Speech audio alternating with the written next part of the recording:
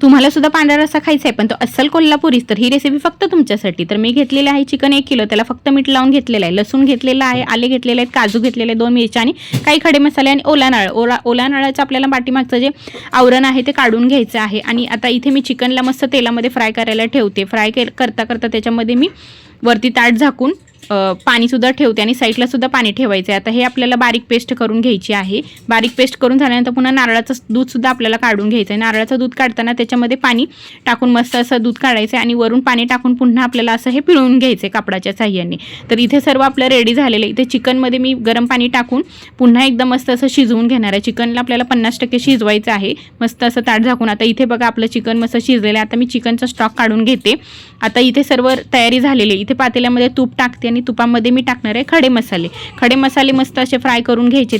एक कांदा आपल्याला बारीक चिरून घ्यायचा आहे आणि तो सुद्धा ह्याच्यामध्ये टाकून घ्यायचा आहे। नंतर मस्त असं परतून घ्यायचा आहे। तो चांगला परतल्यानंतर त्याच्यामध्ये आपण जी पेस्ट बनवली होती मसाल्याची ती सुद्धा घालायची, ती सुद्धा आपल्याला मस्त अशी परतून घ्यायची।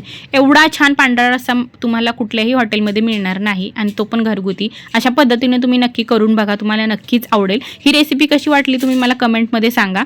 आता हे परतल्यानंतर आपल्याला जो चिकनचा स्टॉक आहे तो त्याच्यामध्ये टाकायचे आणि मस्त असे 5 मिनिटं शिजवून घ्यायचे। उकळी आली तरी पण शिजवत राहायचे, कारण की जेव्हा आपण त्याच्यामध्ये नारळाचं दूध टाकणार तेव्हा आपल्याला अजिबात उकळी येऊ द्यायची नाहीये, लगेचच आपल्याला ते उतरून ठेवायचं आहे, फक्त मिक्स करायचं आहे। तर इथे आता आपल्याला शिजवून घ्यायचं आहे। तुम्ही बघा किती मस्त असा आपला पांढरा रस्सा तयार झालेला आहे। इतका छान रस्सा कुठेच मिळत नाही, अगदी स्पेशल हॉटेलमध्ये सुद्धा इतका मस्त रस्सा बनत नाही। अशा पद्धतीने तुम्ही नक्की ट्राय करा। कशी वाटली रेसिपी मला कमेंटमध्ये सांगा। तुम्ही सुद्धा या पांढरा रस्सा पिण्यासाठी तसा बेत भरपूर काय काय आहे तुम्हाला दिसतोय। चला तर बाय, नेक्स्ट व्हिडिओमध्ये भेटूया। बघत राहा माझे व्हिडिओ आणि चॅनलला सबस्क्राईब